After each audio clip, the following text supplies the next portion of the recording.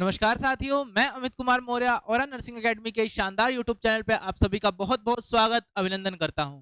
आज मैं musculoskeletal system के लेक्चर नंबर 4 के साथ आप सभी के सामने हाजिर हूं और आज का हमारा टॉपिक है ब्रूसाइटिस।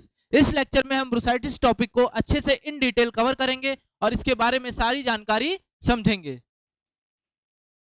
ब्रूसाइटिस डिजीज कंडीशन क्या होती है? Bursitis is the inflammation of the bursae. Bursae का इन्फ्लामेशन क्या कहलाता है? ब्रूसाइटिस। जिसके पीछे आइटिस आ जाता है उसका क्या मतलब होता है? इन्फ्लामेशन। उस वर्ड का क्या मतलब हो जाता है? उसके अंदर क्या टर्म यूज होगी? इन्फ्लामेशन यूज होगा। तो इसमें किस चीज का इन्फ्लामेशन हो रहा है? बुरसे का इन्फ्लामेशन हो रहा है, जिसकी वजह से इसके अंदर डिजीज कंडीशन कौन सी कोज होती है? बुरसाइटिस कोज हो जाती है।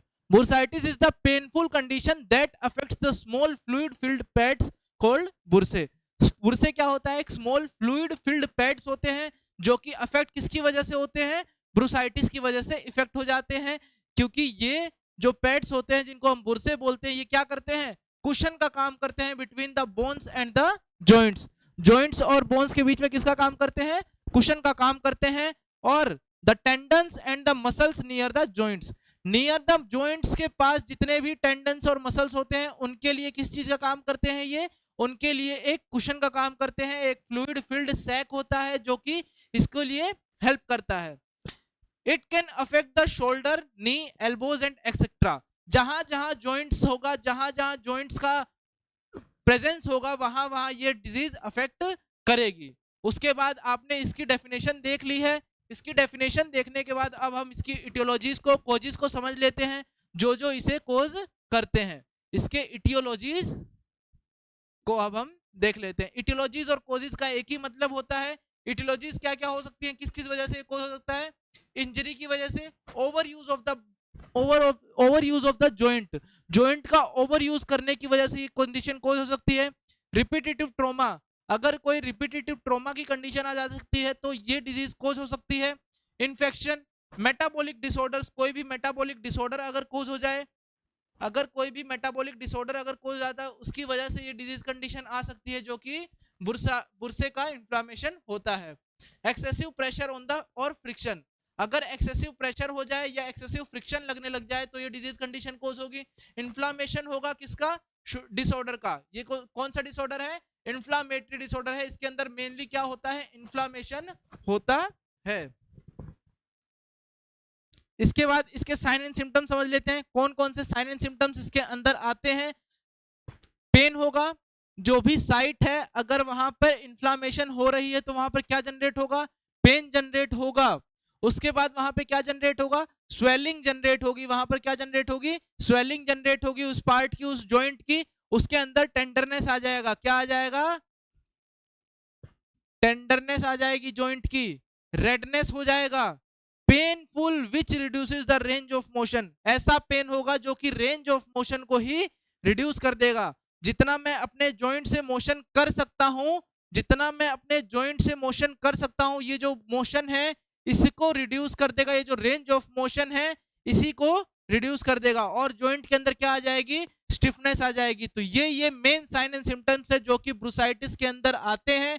Pen, swelling, tenderness, redness, painful and decreasing of the range of motion और स्टिफनेस इन द जॉइंट। उसके बाद डायग्नोस्टिक इवैल्यूएशन क्या क्या है, इसके अंदर कौन कौन सी डायग्नोस्टिक इवैल्यूएशन का यूज किया जाता है? सबसे पहले हिस्ट्री कलेक्शन, किस वजह से क्या आपने किया था उसकी हिस्ट्री कलेक्ट करेंगे। क्या कोई एक्सीडेंट, क्या ट्रॉमा की कंडीशन, या कोई ऐसा लाइफस्टाइल है, ऐसा वर्क है जिसकी वजह से आपका कोई मसल या कोई जॉइंट ज्यादा ओवर यूज होता है, ये चेक करेंगे।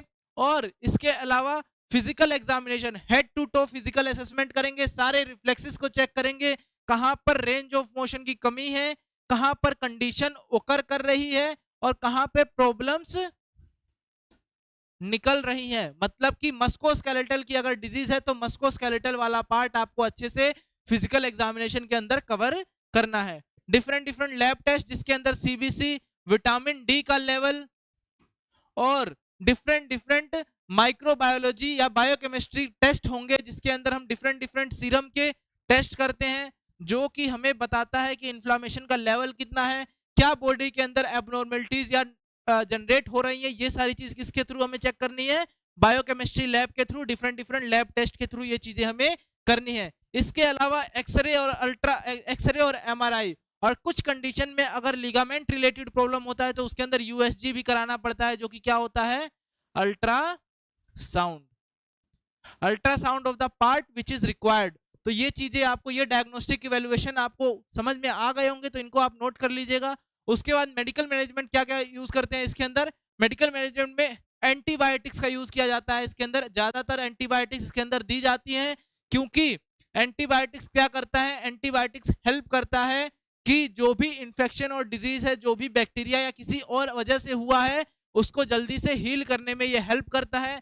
एंटी इंफ्लामेटरी ड्रग्स, इसका मेन सिम्टम्स यही था कि इंफ्लामेशन हो जाती है इसके अंदर, तो एंटी इंफ्लामेटरी ड्रग्स इसके अंदर देते हैं जो कि इंफ्लामेशन को डिक्रीज करता है।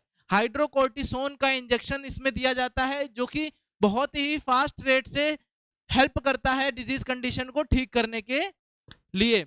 उसके बाद सर्जिकल मैनेजमेंट में क्या क्या आएगा? बुरसे का ड्रेनेज या फिर रिमूवल। जो बुरसा है उसका या तो ड्रेनेज कर दिया जाए, उसको रिमूव कर लिया जाए, उसमें से जो फ्लूइड है जिसके अंदर इंफेक्शन हुआ है, या फिर उस पूरे बुरसे का ही रिमूवल कर लिया जाए। If the bursae is severely damage, doctor may remove the entire bursae sac.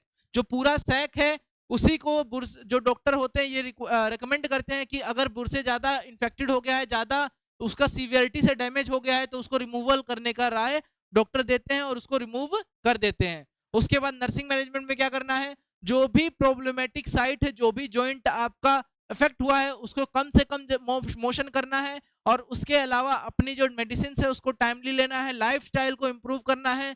जिस भी प्रॉब्लम की वजह से आपको एक कंडीशन जनरेट हुई है, उस कंडीशन को आपको ठीक करना है। और इसके अलावा सेल्फ केयर करना है, use of assisted devices, AV aids का यूज करना है।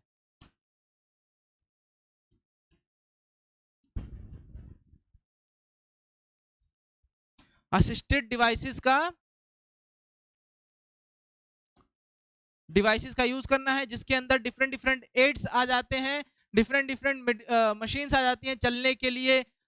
हाथ में जो अगर प्रॉब्लम है तो उसमें एक डिफरेंट डिफरेंट सैक आते हैं, हाथ में पहनने के लिए डिफरेंट डिफरेंट पैचेस मिलते हैं, जो कि आपके हाथ को स्टिफ रखेंगे, सीधा रखेंगे, जिसके अंदर जॉइंट के अंदर आपको पेन नहीं होगा। तो ये डिफरेंट डिफरेंट चीजें आपको किसके अंदर याद रखनी है, किसके अंदर लिखनी है?